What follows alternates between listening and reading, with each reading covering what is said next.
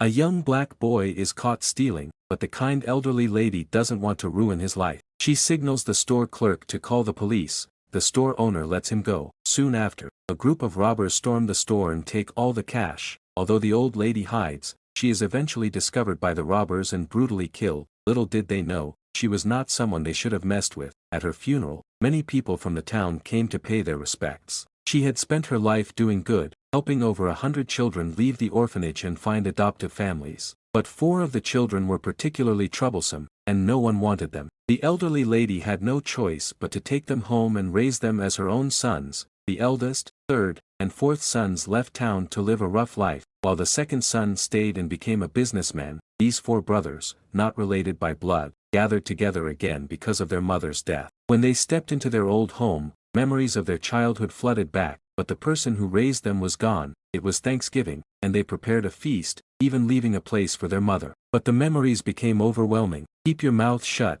Jeremiah. Have you been to the dorm? More drawings, Angel. I think a lot of bad things happened before you came to me, but you're safe now. The oppressive atmosphere made them lose their appetite, so they went to a bar to unwind. The bar owner, who had once been helped by the old lady, shared some insider information. On the night of the murder, a local thug playing basketball across the street gave testimony to the police, saying it was just a robbery gone wrong. The eldest brother decided to return to their old ways and take revenge on the robbers for their mother's murder. When questioned, the boy admitted that the witness was his brother. The brothers quickly staked out the witness's home. The second brother left early, saying he had to pick up his kids from school. Not long after, the witness with the afro appeared, and the brothers rushed upstairs. Knowing their intentions, the witness tied a rope and tried to escape from the window. The eldest brother grabbed a kitchen knife and cut the rope, causing the witness to fall. Under pressure, the witness confessed that he gave false testimony to the police because 2 hitmen paid him a lot of money. He also revealed the hitmen's whereabouts.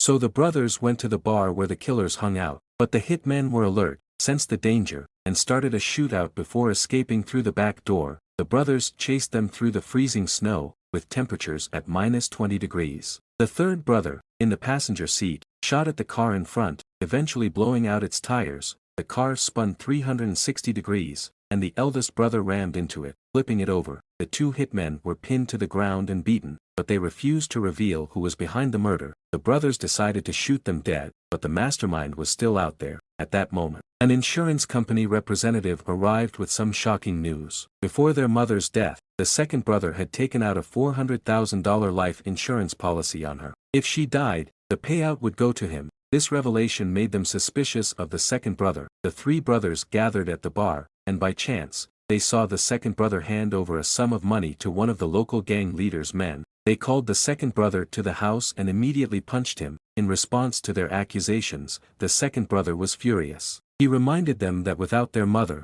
he wouldn't be where he was today. He swore that he would never kill her for money, even if he went bankrupt. After all, he had been the one taking care of their mother for years.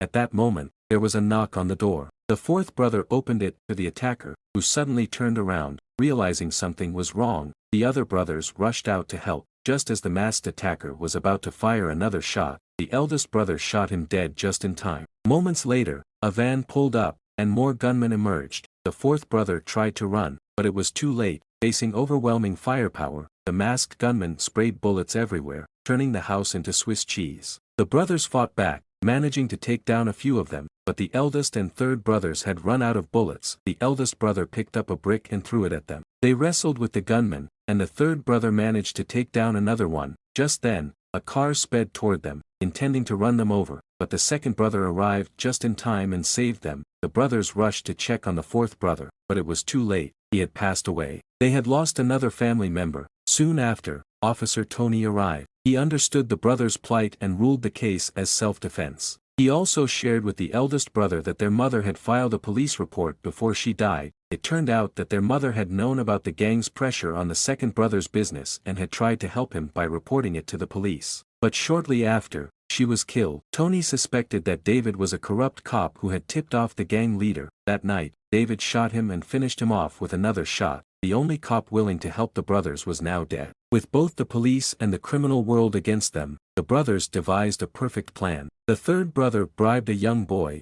The boy knocked on David's door, asking if he would like to buy some candy, The third brother subdued him. The third brother's girlfriend went to the police station, pretending to report that her boyfriend was planning to kill a cop. Soon, a large number of officers were dispatched, while the third brother interrogated David about his ties to the gang leader. Hearing the sirens outside, David confessed that he was indeed working with the gang leader. He admitted that he had tipped off the gang about their mother's police report. Third brother had planted a recording device on himself and was in contact with the officers outside. Now everyone knew the truth. As they walked out of the house, the police were baffled. How had the third brother become the hostage? Thinking he had been exposed, David began shooting wildly at the police, who had no choice but to shoot him dead. The corrupt cop was finally gone, but the gang leader was still out there. The second brother took their mother's $400,000 insurance payout and contacted the gang leader, proposing a truce, asking him to stop hunting the brothers. However, the gang leader had no intention of letting the brothers live. What he didn't realize was that the money wasn't meant for him, but for his own men. The gang members,